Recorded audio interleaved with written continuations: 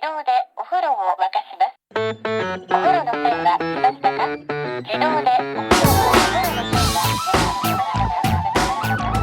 Hello and welcome to another episode of No Such Thing as a Fish, a weekly podcast coming to you from the QI offices in Holborn. My name is Dan Schreiber. I am sitting here with Andrew Hunter-Murray, Anna Tashinsky, and James Harkin. And once again, we have gathered around the microphones with our 4 favorite facts from the last 7 days. And in no particular order, here we go. Starting with fact number 1, that is Andy. My fact is, in 1886, there was a national craze for pushing a wheelbarrow the entire length of Britain. Fun. Didn't have TV. No TV. A problem that can be resolved by TV. Yeah. Craze is a big word. That means a lot of people were doing it. The roads were jammed. The main guy was called Bob Carlyle. He did this in 1879. He pushed a wheelbarrow from Land's End, which for internationalists is the very, very far southwest corner of the UK, to John O'Groats, which is the very, very furthest northeast corner of the UK. It's in, obviously, the furthest tip of Scotland. It's, 1,000 miles? As the crow flies, it's 603 miles. Yeah, so you wiggle around a bit, and depending on your route, it's it'll come to maybe 650, 700 miles. 800. 800, Yeah. There we go. So he did this, and it was kind of funny, and it was a good stunt. It got in the papers. He did exploits and sort of fun stunts all the way through his life. And then several years later, there was a bit of a resurgence in popularity, and lots of people started doing it, again as stunts. And reading between the lines, it seems to have been a bit of not a charity thing, but if you were broke and you wanted to raise lots of money for yourself, this was a thing you could do. I mean, it's grueling to do. Yeah, so he'd just lost his job, this Carlisle guy, right? He'd lost his job for walking a tiger without a leash. Right. Okay. And they said, right, you're not coming back to Woolworths after that. No, he worked in a circus. I think it was without a muzzle as opposed to a lead. Yes, sorry. Yeah. And he got kicked out of the circus, and he thought, well, I don't have any money, but I've heard that in America, a lot of people are walking around, so maybe I'll copy what they're doing over here and become famous. Yeah. Okay. And add a wheelbarrow. Well, there was also a couple of Americans who'd walked from the east coast to the west coast of America with wheelbarrows, so he probably took the idea from them. He was inspired by them. Yeah, he had an amazing career, didn't he? He was a clown, he worked in the circus, he was a sailor, he was overseas a lot, and he was a real promoter. He used to, when he was in the circus, go to towns ahead of them arriving, and he would build up the enthusiasm, the ticket sales, posters, PR. And that's exactly what he did with this. He would make sure that when he was in a town and taking rest, that he would write to all the papers saying, this amazing guy is coming to your town next. Be ready, have everyone out to meet him. And he would then arrive in the town and give improvised speeches on the steps of the town hall, but not about the walk, just about, I was a clown who walked animals. I was overseas. I think he was talking about temperance a lot. Yeah, that was a big thing for him. Yeah. Oh, Big, yeah. big temperance guy. And then was it him who sort of reneged on that? Didn't he say that he was going to do the whole walk being teetotal? And then at the end, when he was interviewed, he said, do you know what? Actually, I realised it was better for me to have a little bit to drink en route to make it a little bit more endurable. He basically said at the start, he was like, everyone shouldn't drink alcohol. And then by the end, he went, you know what? Some people should drink alcohol, like people who have walked 800 miles. Those guys could probably do with a pint. That's absolutely fair enough. Yeah. It's a bit tragic because he did this, he got some attention and a little bit of money, I think, but not a huge amount. And then when the whole craze kicked off 7 years later, he was in China. He missed it. Did he? Yeah. Wow, was he looking for new types of wheelbarrow? Because That's a niche callback, isn't it? God, wonderful. I think that's like episode 2 callback, basically. What's it to again? It's a fact that I read in a Paul Theroux book, which is he was talking to someone in China, and they said all the things they invented, paper, dynamite, all this stuff, fireworks, wheelbarrows. And then he leans into Paul Theroux and says, we've even got wheelbarrows here in the East that you guys don't even know about. So he wasn't the first person to walk from John O'Groats to Land's End or vice versa, right? He was the first to do it with a wheelbarrow, I think. But there was a pair of brothers called Robert and John Naylor who first did it in 1871. And they wrote a book about it. And so that became quite famous. The book was called, I don't know what the book was called. I've got it. It was called From John O'Groats to Land's End. Oh, okay. Yeah. Right. But what they did, we've said it's about 800 miles, but they walked 1,372 miles because they just kept going on little detours if there's something nice round the corner. God, that would be so annoying. Was there one of them who was always saying, "Oh, go and look at this"? Because don't you hate being on a walk with that person? No, Who's I always am like, that person. Yeah. Oh, Jesus. No. Absolutely. Me too. I think I could see an information board over there. Let's just pop over and read it. Yeah, people were doing it all over the shop after that, weren't they? It was very popular. Yeah. And people did variations of it. Lots of dogs did it. People with their owners. It wasn't like a separate dog contest. There was a woman called Rosa Simmons. Did you guys read about her? No. Again, it's pre-TV and pre-women having jobs days. So she, between 1902 and 1907, she did it 7 times. But she didn't do the John O'Groats to Land's End. She did because she lived in London. So she had to get to the start point and the end point. So she did London to John O'Groats to Land's End to London 7 times. Oh my God. 2 of the years she did it twice every summer. So, she did 25 days on the hoof doing that whole thing and then thought, I'll do it again. Wow. And she said that it really kind of cured her, that and vegetarianism. Of what? Of being very sickly. Oh, okay. You hadn't mentioned that she was sickly. Just a catch-all cure. Yeah. I was reading about John O'Groats. It seems to have been named after a 15th century Dutchman called Jan de Groot, or John of Groat, and he used to ply a ferry between the Scottish mainland and Orkney. So he supposedly had a house there, which has since been knocked down. There's a hotel sitting on it today. And it was him and 7 other members of his family who had all their families there. And they used to have a dispute when they got together for big meals, who sat at the head of the table. So what they ended up building is an octagon building with 8 doors. Well, and then did MMA fights to decide who would get it. Exactly. They had 8 doors, 8 doors? to the house. Because I think, didn't they also have fights about who had precedence when you enter the house? Yes. Before even sitting at the table. Exactly. It was a whole thing about, I'm the major person in this family. I think his family's got problems that are beyond the structural. Are you sure, Andy? Because I thought at the start of that sentence you were going to say, I see a format. Okay. Now we're talking. And so what would happen is they would open the 8 doors, the heads would walk in, and there would be 8 tables that were positioned facing each other, each of which had a head at the top. And so they could each sit at Like the an head. asterisk. Like an asterisk, exactly. Wait. It's not just 8 people coming in. No, It's 8 and their different families. Yeah. Oh, okay. Yeah. I think 8 doors is nuts. I'm sorry. No, I don't think I pitched that as a story of logic and why aren't we all doing that? I think everyone would agree that was nuts. But yeah, John O'Groat. It was very run down, John O'Groats, for a long time. I think it's a fair bit nicer now. Nice. It was pronounced the most dismal place in Scotland by a magazine, Scottish magazine called Urban Realm. You had to pay a tenner to have your photo taken with the sign. There's a famous sign saying, this far to London, this far to Land's End. Yeah. Tenner. Yeah. In those days as well. I In know. Scotland as well. That was until 2013. I think there is now a free sign that you can have your picture taken at. But yeah, that was... Because, I guess the bloke had to go and get the sign out of the shed or whatever. No, sure. It's just tough times. Put it in the ground, mate. I think the sign says Land's End 874 miles or something, because that's, if you go by road, that's how long it takes. I think that's what it says. But that is the old version, that it was 874 miles, and now it's 814 miles. So it's actually 60 miles shorter distance than it was when people were doing it 100 and odd years ago. Right. Are we riddling me this? We can do. Okay. Coastal erosion. Oh. Yes.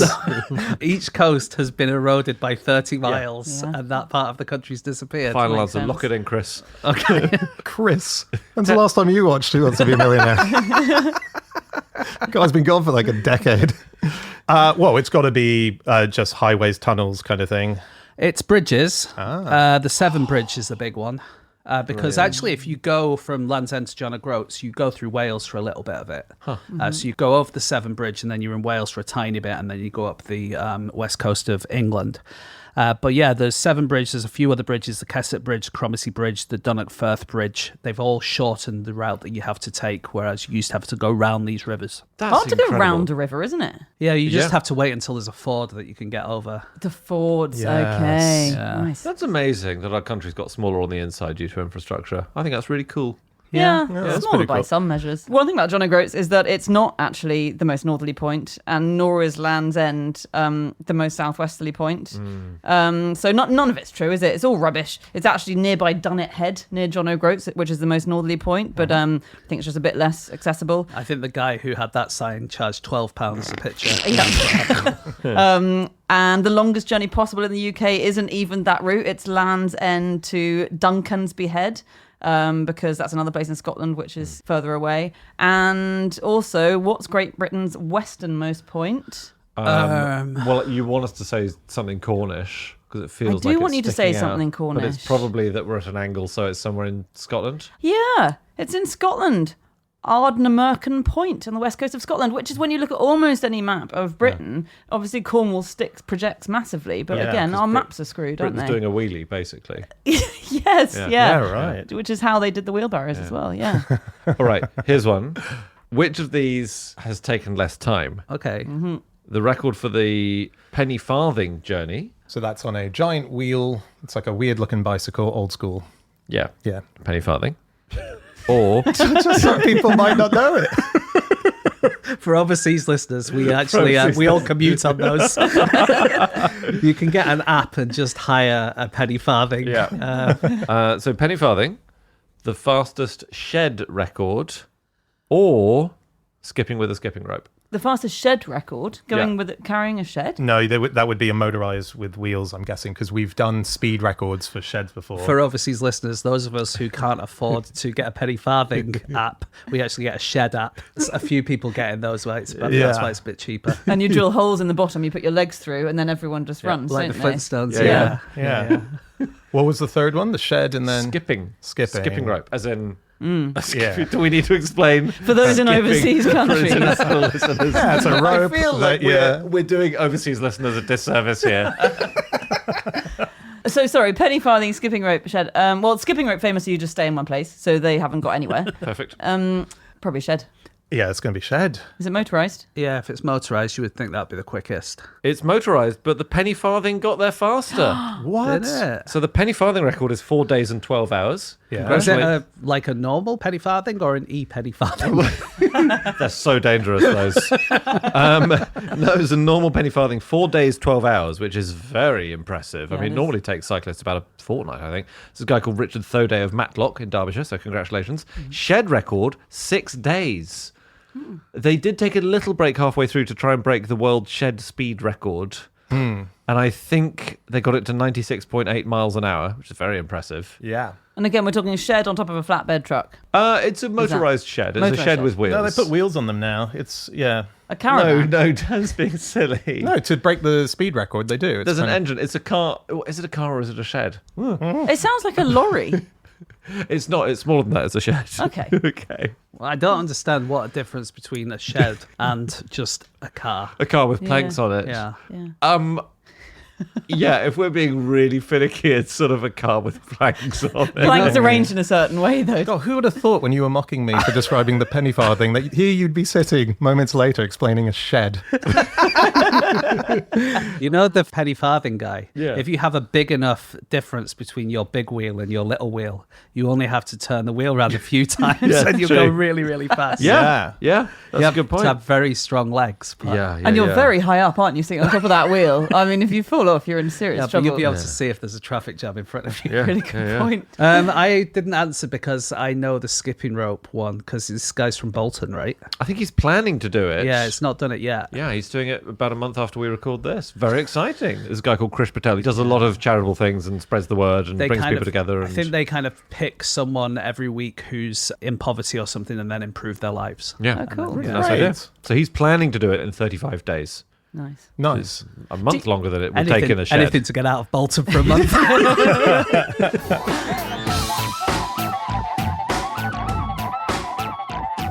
Stop the podcast. Stop the podcast. Hi everyone, we'd like to let you know that we are sponsored this week by Saily. Yes, I don't know if any of you has ever been lost on a holiday abroad. It happens to me pretty much every day I'm ever away. And you desperately need at that point a local SIM card so you can connect to the internet and find your way back to wherever it is you're going. Well, Saily is the answer because it is an eSIM that provides an internet connection wherever you travel and saves you money on roaming fees. Absolutely. I have used Sailing myself, not so much for getting lost, but more for trying to keep up with football scores while I'm in a different country. But I've definitely used it in loads of different countries. I've used it in China, I've used it in Kosovo, used it in Australia, in New Zealand. It is a really, really easy thing to use. You just basically get on your phone, click a few buttons, and you're straight in there onto the internet for not an extortionate amount of money. That's right. It covers even more countries than the ones James listed in his humble brag about how well-travelled he is. It actually has plans in over 200 destinations. And all you need to do is download the app. Plans are compatible for iOS or Android. After doing that, you install the eSIM, follow the instructions. Easy as pie, roam away. And not only is it easy as pie, but it is as cheap as pie for listeners to this podcast, because you can get an exclusive 15% discount on Saily data plans. Use the code FISH at checkout and download the Saily app now, or go to Saily, SAILY.com/fish. Yes, enjoy your travels and on with the show. On with the podcast. Okay, it is time for fact number 2, and that is my fact. My fact this week is that 300 years ago, the black keys on a piano were white, and the white keys were black. Yeah. So the piano was invented, as we know it now, in the 1700s. We don't know the exact day, but the beginning of the 1700s, and it was by a guy called Bartolomeo Cristofori, Italian. Brilliant man. And at the time, the keys were white, and then the little in-between notes were black.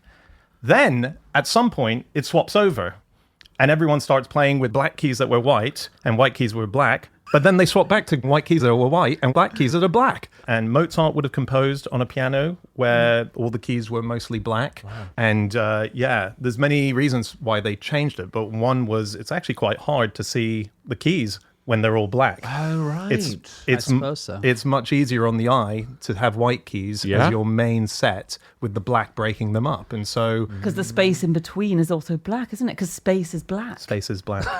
There you go. There you go. The contrast. Yes, absolutely. I think also one thing was like Italian pianos tended to be as we know them today, and the rest of Europe had the black keys. What I find amazing is that they were invented around 1700, and the organ had been around for 2,000 years. Wow. Isn't that amazing? Yeah. Like we had organs for 2,000 years, and then people thought, oh, let's do a piano. Because you kind of think of it the other way around. It feels like the piano is a simpler instrument. Yeah. Organs with keys and everything. Organs with keys. They were often done with water pressure, or sometimes with like a leather bag that you would blow air through. Really? A bit like a bagpipe kind of thing. But engineer called Ctesibus of Alexandria invented something called the hydraulis around the 3rd century BC, and that was the first organ. Wow. Yeah. No, it definitely is one of those things that looks basic and isn't. If you thought that you could build a piano yourself at home using Logic, which I've always thought, Have you? Yeah. then you actually probably can't when you read about you it. could, Anna. I don't think I could. No, I think that's fair enough. I didn't know that the main difference is... So there were lots of proto-pianos, weren't there? Harpsichord. The harpsichord, the virginal, the spinet, the spinetone. But that was a kind of pasta, actually. That was kind of wasn't it? pasta, But- which is very nice. But they couldn't vary the tone of an individual note. And the brilliant thing about a piano is that the strength with which you press the key is how soft or loud, how forte or how piano the note is. And that was the amazing innovation. Yeah. Although I'd always thought that, for instance, Bach wouldn't have had dynamics because, and all those old composers until about Beethoven wouldn't have had dynamics because they Dynamics were all is dynamics is loud soft and and- soft. okay. Because they're composing on harpsichords. So we all imagine like Bach, and that's why he didn't really include much forte and piano because it didn't exist. But I learned that there actually was the clavichord, and this did have dynamics, and you could make it louder and softer. And this was Bach's preferred instrument. He preferred it to the harpsichord. But the thing with the clavichord was that, so it worked in the same way as a piano, which is that it bangs the strings rather than plucking them, so you can get dynamics. But because the technology for the piano hadn't been invented yet, it was only very, very, very quiet. So it was was either very, very quiet or very, very, very, very quiet. Right. It was softer than human conversation. So you could have little recitals where everyone would have to have their ears just leaning right in towards the keyboard while Bach played his latest piece. Wow. But he did prefer it because it was more expressive, so you could introduce some loud and soft. Is that Yeah. Johann Sebastian Bach that you're talking about? Sorry, Johann Sebastian. Because there's yes. quite a few Bachs. Yeah, and the isn't other there? one was much more famous back then. Yes, Well, there was a few. So CP Bach, CP Bach was the most famous. I Johann think. Sebastian Bach, and there's also Johann Christian Bach, who was one of the first people to play an actual piano and actually made them really popular. Right. So when it was invented in around 1700, people didn't really care about it because the harpsichord kind of did the job anyway. Didn't really need a piano. But then this guy called Johannes Zumper came to London, started making pianos, and this guy, Johann Christian Bach, started playing Zumper instruments. And Queen Charlotte really liked it, so that's why it became popular. And one of your favorite things, Andy, the burgeoning middle class decided they might need a status symbol, and so they brought in pianos to their... Friend of the podcast. Get them on the t-shirt. Like plucking is always uniform, right? You can't Yeah. pluck Yeah. with And modulation. we should say, and a piano, you bang the strings. Yes. Yeah. And this is the thing. What is a piano? Yeah. And I didn't know this debate that's been If raging you for put 300 wheels years. on it, is it a car? But is it a string instrument because it's all strings on the inside and that? Or is it a percussion instrument because you're banging the strings with a little hammer? I was always taught it was percussion. Yeah, Same. it is a percussion in There we terms go. of what you'd read in a book. But I agree, it's a raging debate. Feels like the debate's been shut down on this show pretty quickly by Big Hammer. But yeah, it's pretty amazing. This guy, Cristofori, the inventor of the piano, we have 3 of his original pianos still in museums. And I find that just fascinating. I don't think there's many instruments where we could say, here are basically the inventor of a whole instrument. Here is what he built Sort with of his the first hands. 3. Because by the time it took off, he'd been dead for 40 years. It wasn't a huge success in his lifetime, for sure. If he was asked on his deathbed, he probably wouldn't have said they were his big invention. What do you think Dunno. he would have? What else did he invent? Sort of Dunno. socks that work both ways out. Or... Idea for a shed that moves. He wouldn't have said that the piano was his favorite invention because he didn't call it a piano. What did he call it? He called it an apicembalo, Yeah. which literally apparently means harpsichord. Oh, because Sembala was harpsichord. Yeah. How Yeah. was it harpsichord, wasn't it? And he used this term to describe his new invention. And because that term was not very common in his day, we think probably that's what he wanted it to be called. Inventors are so bad at names quite a lot of the time. Like, do you remember the guy who invented tennis wanted to call it Sphäristica? I like And that. everyone said maybe tennis would be a better name. What does that word mean? I think it's a Greek word. Right. I can't remember the But I think etymology. we only like tennis more because we're used to it.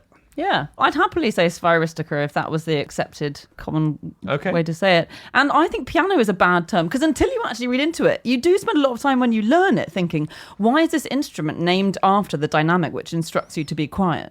Before you realise it's short for piano forte and it was named after the fact that it can be Right. piano quiet and forte loud. Yeah. Like, why is this called quiet? I think in a lot of other languages it's still called pianoforte. In Russian it's called pianoforte. Right. We're busy. We're busy in England, aren't we? We've got Lazy. a lot to say. Yeah. One of these other instruments, the virginal, Oh, yeah. which was a kind of proto-piano keyboardy instrument. Why is it called a virginal? Invented by Richard Branson. That's right. I actually know the answer to this. Go on. They wanted to create an instrument that was presented as if it was for maidens to play and not seem rock and roll. It was like playing a cello. You would play a cello in between your legs, right? And women weren't allowed to do that because that was seen as quite sexualized. So they invented a side saddle cello position that you would play. The virginal piano, similarly, was a piano that protected their virginity, as it were. Interesting. That is one of the... There are a couple of other theories as well. So one is, as you say, played by young women. One is that it's named after the Virgin Mary. Common move back in the day. Or it's named after the Latin virga, meaning rod. Okay, sort of the opposite of Virgin Sort Mary of in the a way. opposite, yes. Yeah, okay. Why would it be rod? It's not very rod-like, is It it? involves rods, I think, at some point. in Okay, the cool. mechanism. Rod's in it. Yeah, sure. Let's not overthink it. I Guys, don't know how a virginal works. that's no excuse. I was reading a book about music by Dudley Moore, who was a fantastic piano player. Yeah. And He was. No, it's just so amazing how every fact we have, you find a way of linking it to one of your rotation of 10 favourite people. Well, anyway, it's called Musical Bumps, and he says... We're not going to explain for international listeners who the quite long dead comedian Dudley Moore is. That's fine. That's a very good point. Yeah, he was in Arthur. He was in the movie 10 with Bo Derek. He was in Beyond the Fringe, which was a landmark moment in satire within this country. Yeah, okay. You sure? Yeah. Okay, I was having fun. He says that a lot of great piano players don't have white and black keys. They have yellow and black. And it's because the heaviness of which they play it and slam their keys discolors it. And so the white keys go yellow. Is it sweat, or do they all smoke? Or I think it has to just be a mixture of what they've eaten, what they've it's wear and tear, basically. they all eat Watsits, don't they? But yeah, he said to the point where anytime he saw the color yellow, he associated it with loudness, because it was usually on a piano player who would slam the keys that you would see yellow. And when he died at his funeral, he had a bouquet that was made into a big piano, and it was black and yellow. And I think that was in reference to... Oh, very nice. Yeah. Most remote piano in the world? Antarctica. Mars. Oh, in the world. No answer. I refuse to play your silly questions anymore. Oh, Yep. gosh. I remember they did take one to Antarctica. They which is did. why I said It's that. Antarctica. Is That is it? correct. Oh. Okay. And that's a player piano, right? I think. Was it? It was, no, I think it was just a standard upright. Oh, okay. But Captain Scott took one to Did the he? Antarctic. Yeah. And this is the very sad trip where they all died. But this is not the fault of the piano, which they did not take all the way to the South Pole. They left it at their base Okay. camp, which was sensible. And it was... Some of them were still questioning whether they should have brought it in the first place. But it's really interesting why they brought it in the first place, which was just that music was so important for morale. Morale, yeah. When you're there in the dark polar night and it's so bloody cold and you can't go outside and you need morale. And so one of them said we should have gone mad in the long winter nights if they hadn't had the piano with them. So it was used a lot. They would all stand around singing, and they practically had a full choir going around it. They would sing a lot together in the evenings. And it's still there to this day. Is it? Yeah. Playable? Has anyone been to play Oh, I it? think a tuner would probably manage to improve it a little bit. Yeah. The white and black notes are made of Ivory. Ebony Ebony and ivory. ebony and ivory. And ebony. But you can't sell ivory anymore, so they don't make them. They make Because them of woke. because of dead elephants. Yes.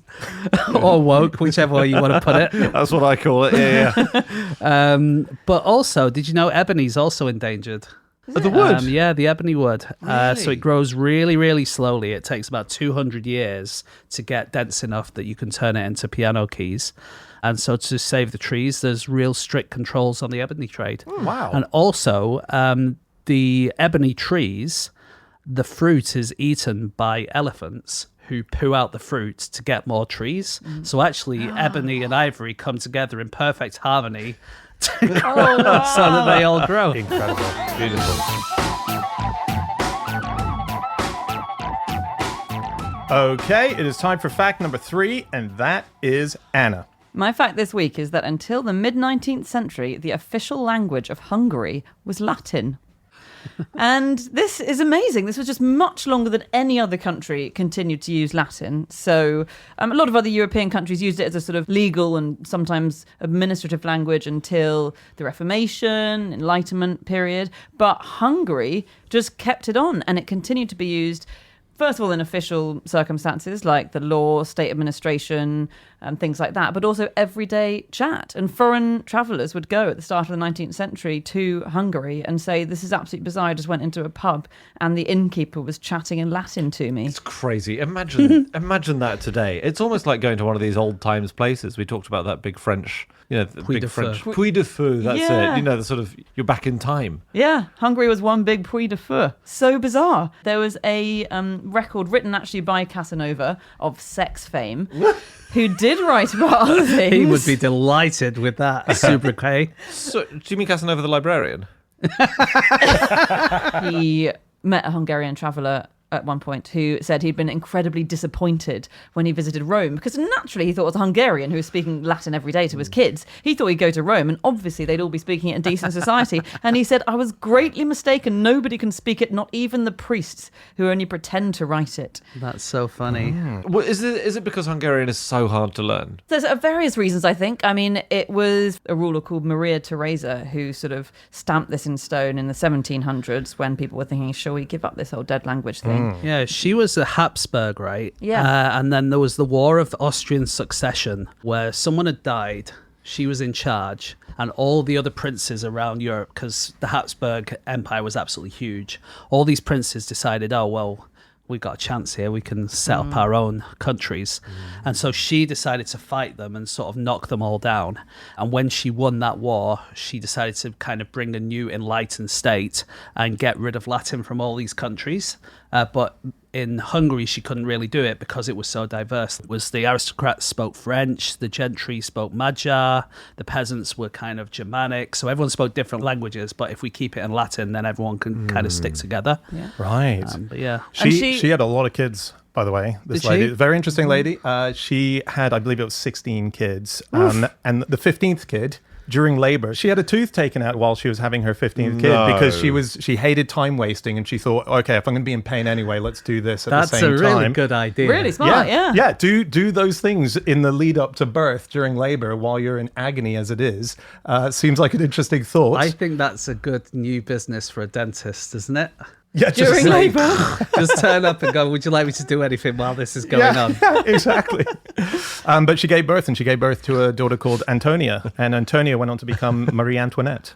Yeah. Oh, plot twist. Really? Yeah, plot twist. Yeah. She also had 50, I think it was 52 grandchildren, maybe 56, a lot of grandchildren. That's a hell of a lot of grandchildren because her kids, a couple of her kids went on to have 16 or 17 or 18 kids. And if all the parents want you to do one day a week with one of the Imagine. grandchildren, that's a nightmare. Nightmare. One more thing is that the Habsburg realm had a lot of Latin going on, which means that actually Croatia also had Latin as its main language until 1847. Yes. Again, because it was an old Habsburg realm. Yeah, and it was part of the Hungarian Empire at this time, exactly. which is one of the reasons they didn't go Hungarian, because they didn't speak Hungarian. Another thing about Maria Theresa, she couldn't be crowned, properly crowned, because she was a woman and that was against the Hungarian rules at the start. But then she did impress the nobles by, trampling all over them in her first year. So then they did say, all right, we can do it. We will crown you.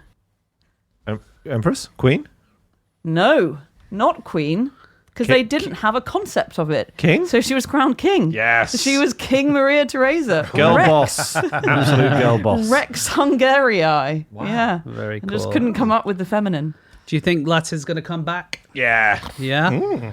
There's a group called Via Nova who wants to revive Latin in Europe. Like in the EU, for instance, at the moment, everyone kind of speaks English or French or their own languages. But they think maybe if we bring Latin back, then there'll be no like cultural baggage that comes with saying, oh, we have to do this bit in Serbo-Croat and we have to do this bit in Italian and we have to do this bit in How whatever. many people are asking for this? Well, there's a small group.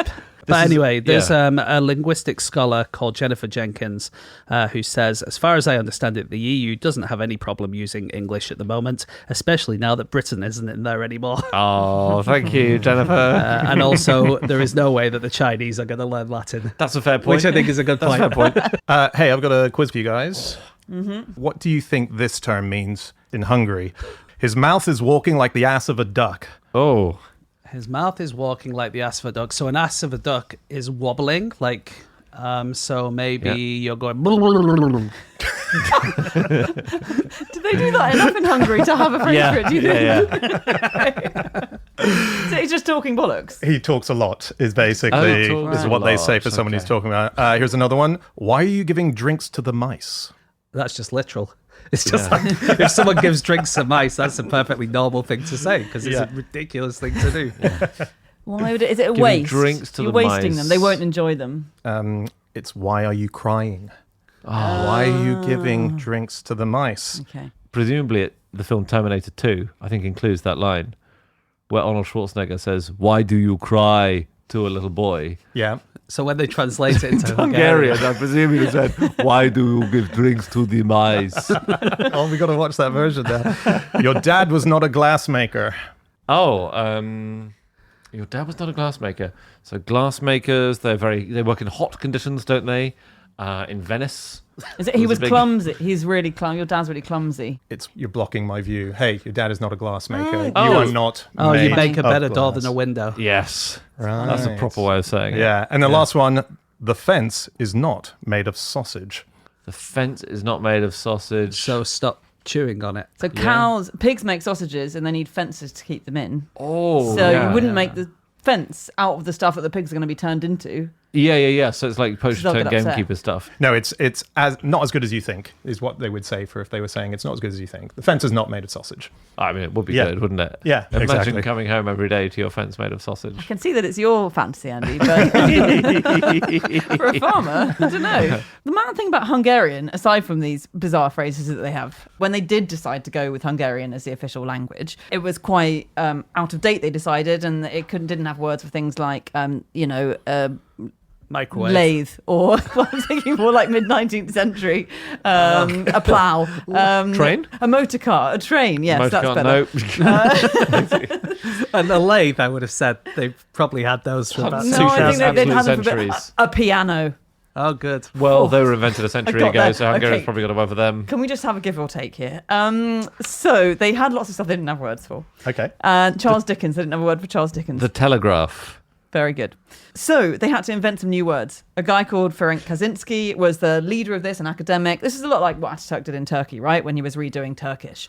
But guess how many words they invented? And if I tell you that in ordinary day-to-day language, the number of words that you probably know from your native language is between 15,000 and 20,000. And that's word families. So run, running, runs. That would all be one word. Okay. So how many new words were created for the Hungarian language? 1,000. Yeah. With family words as well? I being think it included? is, yeah. Okay. Well, this is the claim. I haven't heard, and this is said in all like books about it, histories of Hungary. It's either going to be a lot or a few. I think James has shot himself in the foot with guessing 1,000 because that's quite a reasonable guess. Yeah, but the way that this works is the first person to say something gives a reasonable guess. Yeah. Then the next two spoil the game. That's how this always works. And it is not fun for anyone. 6. Love that. Thank you, Andy. And what do you want? 1 billion? 2 billion. Yeah. Andy's closest. Oh, it was 10,000 words. Okay. Sorry, why did you say okay? That's 2/3 of the total number of words that you would know in a native language. This is the language everyone's been speaking for thousands of years. And some bloke comes along and says, I've added 10,000 words. Here's your vocab list. Memorize Yeah. it by Yeah. next week. Yeah, That's a that's lot. yeah. That is a lot. Yeah. Unbelievable. I know one word in Hungarian, Egészségedre, which means cheers, Nice. which tells you a lot what I did when I was in Hungary. But do you know how, we talked a bit about space earlier, do you know how there's this idea of like, if there are aliens, where are they? The Fermi paradox. Well, Leo Szilard, who was a physicist, said that the answer to the Fermi paradox is that the aliens are among us, but they call themselves Hungarians. Yes. And there was this kind of group of really genius Hungarians that came across at the start of the 20th century that were just like transforming all of science and everything. And they were known as the Martians because they were just like so far ahead of everyone else in the world. Really? Interesting. I wonder Yes. what that was about. Maybe it was because they learned Latin for so long. Well, Hungary was a very big country, like a Yeah. very big, important country for so long. And then they lost a lot of, they kind of slightly got on the wrong side during the war. And then when the war finished, they lost all of their land. Which war? First war? Both, actually. Because as we've ascertained recently, there was no wrong side to be No, on in the First World exactly. War. As in, what I mean by the wrong side is the losing side. So their GDP would have been the same as Britain, if not more. And then Right. suddenly it just all went wrong. I think in 1946, after World War II, if you went to a restaurant in Hungary, which very few people could do, but if you went to a restaurant in Hungary, it was better to order your meal and then pay for it at the start of a meal. because by the end of the meal, inflation was so high it would have gone up. I Gone think up, the price would have. it was what mad. was it? Their currency was like the pengo or something, wasn't Yes. there? And you could like get 5 billion pengo notes. Yeah. It was basically when you went to pay for a meal, it was like they were spoiling one of our guessing games. Right. So like, how much is this burger? Oh, is it 2 billion pengos? Yes, it is. I can't believe we're sitting in the fact where we literally could have had the quiz question that did that. Okay, it is time for our final fact of the show, and that is James. Okay, my fact this week is that Stephen King's wife threatened to divorce him for playing Mambo No. 5 so often. Wonderful. Bom, bom, bom, bom, bom. Do we know how often? I once is enough, I think, for it. No judge would. You'd be granted all the assets. So this was an interview that the horror author Stephen King did with Rolling Stone, and he said, "My wife threatened to divorce me. I played that a lot. I had the dance mix. I loved those extended playthings, and I played both sides of it, and one of them was just a total instrumental, and I played that thing until my wife just said one more time, and I'm going to have to fucking leave you." Wow. So it just seemed that he really liked it, and I don't think... I don't know, because this is all the information I have on it, but I don't think it's the Lou Bega version. Because this is quite an old Mambo song, right? Or not that old, but it's a mid-20th century Mambo song. Was Stephen King listening after the Lou Bega version was? He was. Yeah, for sure. He was working on a book. He thinks he was working on a book called 11/22/63, which was a time travel novel in which someone goes back to try and prevent the assassination of JFK. Of Lou Bega. Yeah, so who knows? You could be right, James. It could be a dance mix. I No, think because so. if he was listening to the words and then the instrumental, maybe he was doing Lou Bega and then the... Yeah, maybe. I see what you mean by that. But I went on Spotify and looked for all the different versions of Mambo No. 5 I could find. And most of the instrumental versions would not be the Lou Bega version. That's interesting. So, correct me if I'm wrong, this was an old Mambo song by a guy called Perez Prado. But that didn't have words? No, it's just like the background Mambo song. Yes. Whereas the version I know and love is the one with a little bit of... Yeah. Okay. So he sounds like he was listening to both versions, maybe. I think he must have been If listening he was to listening both. to a word version, then that can only be I do Lou see Bega. that, yeah. It's Stephen King. He's lowbrow, let's face it. He's gone Lou Bega. Dan, No offense. would you like me to hold your coat? I think that's right. I think, and I don't know if you guys have done it. I certainly do. If I'm writing something, when I wrote my books, and Andy, when you write your books, you don't want lyrics and you want something on repeat going over and over. And it might be a horrible song, but if it's chosen you, as it were, to help your creativity. I would never listen to something on repeat. I listen to J-pop because I can't understand the words, right? But I wouldn't listen to anything on repeat. No way. Interesting. I wrote my school's dissertation to the Corps' live version of Only When I Sleep over and over. I think I did it like 1,000 times. Oh, interesting. And that has lyrics, but I think once it's just going, you forget. Interesting. But So, let's get into Mambo No. 5. Yeah, and also, let's just say, when Dan says if it's a terrible song, this is not a terrible song. This is a brilliant song. it's definitely one of my favorite Mambos.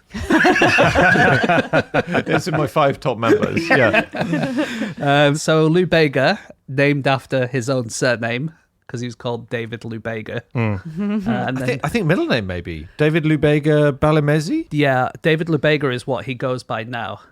Oh, okay, So okay. he's recently written an autobiography called Mambo No. 1, which is under his name, David Lou Bega. Who is reading how many copies of that autobiography being sold? Well, one to Monica, I mean- one to Rita. And yeah, he was, I think he was German, wasn't he? He is German. Yeah. Born He's a in big old West mix. Germany. I don't think of Lou Bega and the Cold War in the same space. But one of the first times this was ever played was very, very sadly, his father died a few weeks before the song came out. But Lou Bega visited him in hospital with an early version of the song. Right. And I think this was on his father's deathbed, was he played him. Mambo No. 5. Fantastic. His father apparently said this will open doors and kind of gave his blessing to the song and said, you've done a great great thing Right. there, because I think he hadn't had a huge commercial success before that. This was definitely his biggest hit, Yeah. But I just find the idea of having to go into the bedside and then put on the disc. That is, it's not what you'd expect. I wonder if he got confused at the line "a little bit of Sandra in the sun" because Lou Bega's sister is called Sandra, No. and that might have sounded a bit odd to the dad on his deathbed. There are so many other women's names with 2 syllables. Oh, name Wow. one. Resort to that. Anna, you will never think of another one. Wow. Yeah. I was trying to see if there was anything deeper to the fact that Stephen King really latched on to this song. So Mambo Number 5 was the debut song for Lou Bega. Yeah. Back in 1974, Carrie was the debut for Stephen King. And so I had a look through Carrie, and remarkably, in the song, you've got Monica, Erica, Rita, Tina, Sandra, Mary, and Jessica. Rita, Tina, Sandra, Mary, and Jessica are all characters in Carrie.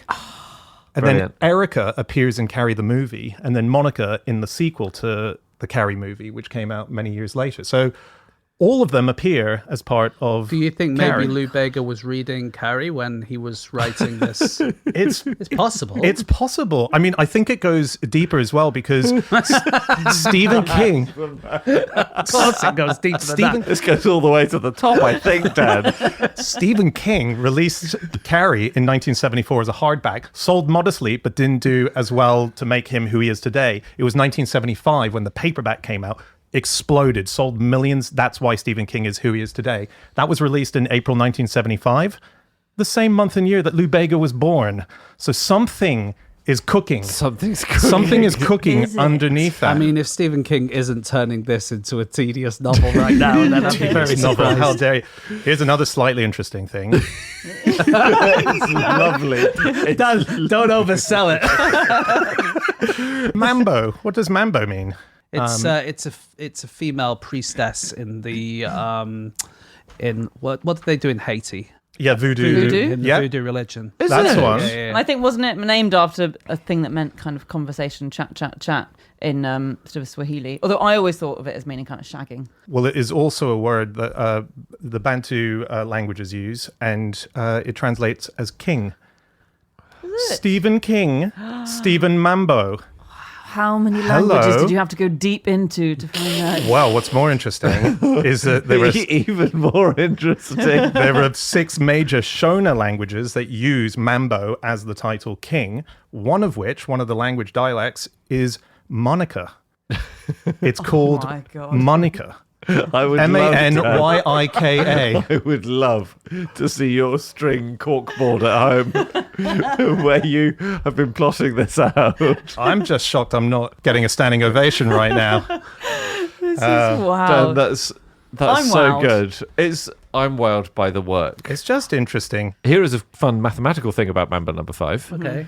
I found a really nice essay by a writer called Damie Pack, which is based on these names. So we've got Angela, Pamela, Sandra, Rita, Monica, Erica, Tina, Mary, Jessica.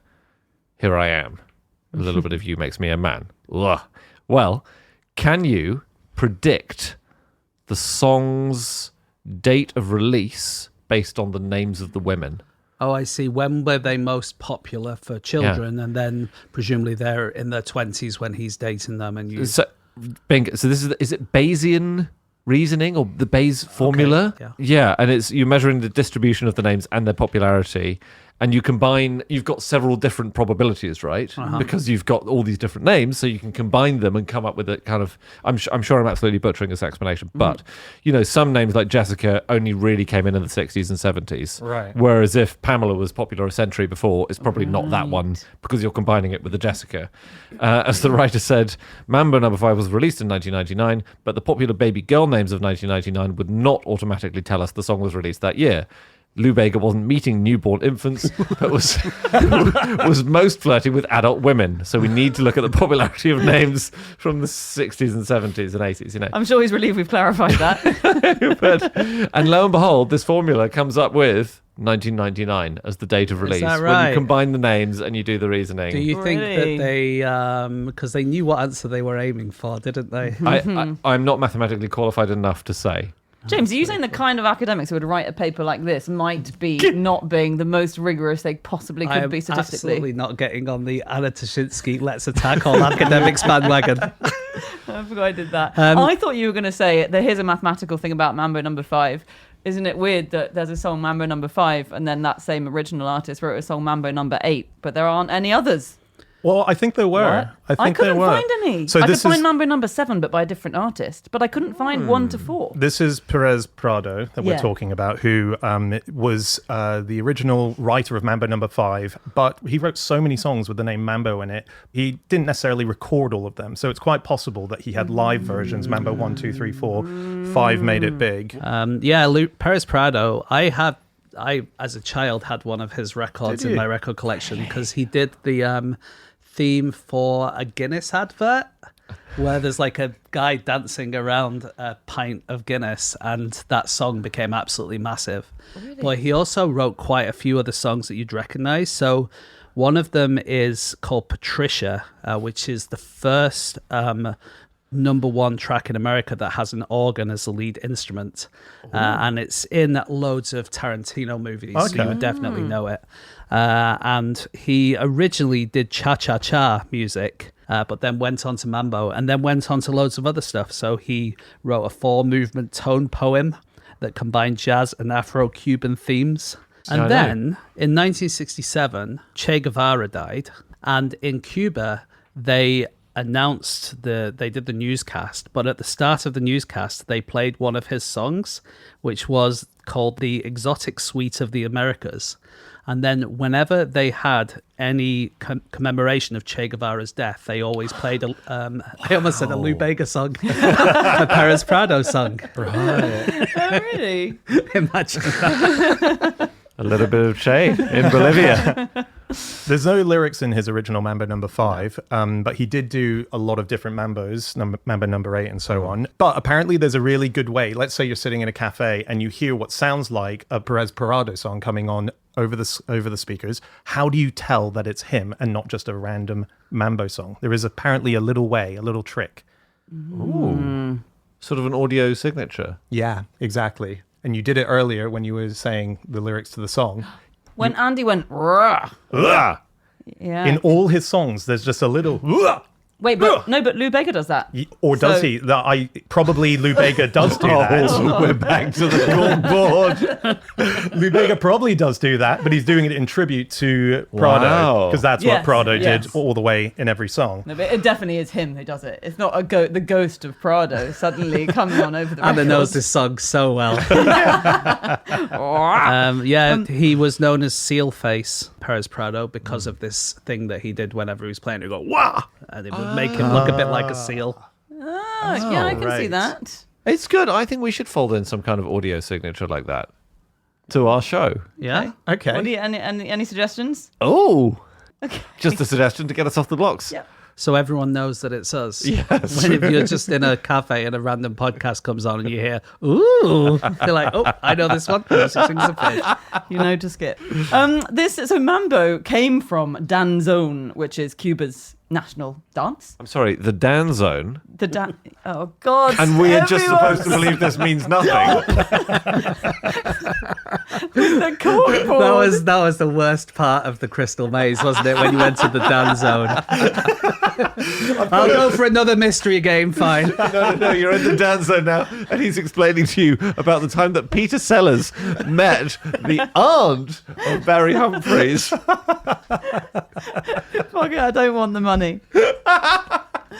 I'm afraid danzón is Cuba's national dance, danzón. So that is what Mambo grew out of. It was like building off that. Mambo just added an improvised section to the end. But danzón is very interesting because it's a dance and it's split into 2 sections, the music. One type of section you dance to, the other you don't dance to. And so there are these long sections of no dancing. And the way to spot a novice who's in their first dance is that they don't know when the non-dance sections come. So there are subtle hints in the music which mean stop dancing. Can I just say, what you're describing is musical statues. So is it halfway through a dance zone, like everyone stops, and if someone moves, they're out? Is It's that... exactly that. That's Yes, amazing. the Cubans invented musical statues. Okay, that's it. That is all of our facts. Thank you so much for listening. If you'd like to get in contact with any of us about the things that we've said over the course of this podcast, we can all be found online. I'm on @Schreiberland on Instagram. Andy, At Andrew Hunter M. James, No such thing as James Harkin. and Anna, if they want to get us as a group. You can go to Instagram @NoSuchThing or email podcast@qi.com. Yep, podcast@qi.com. That's the most important one of all because Andy receives all your emails and he cherry picks the best to bring to 2 new shows that we've been making over the last few months. There is Little Fish, our bonus Monday show, where we put down our facts and we just say your best facts from the last 7 days. So send them in there. Or if you do have things that you want to say about the stuff that we've mentioned, that all gets cherry picked and taken to our extra bonus hidden show, which is sitting in Clubfish called Drop Us a Line. Now, Clubfish is on Patreon, patreon.com/clubfish. We have lots of rewards for different tiers. You can get videos of some of the shows that we make. There is extra long versions of the shows that you hear. There's a bunch of stuff there. Check it out. Otherwise, just come back here next week because we're going to be back. Thank you as ever to Leying Lee, Ethan, Ruparelia, as well as the larger Fishbuster team for all their work. And we'll see you again next week. Goodbye.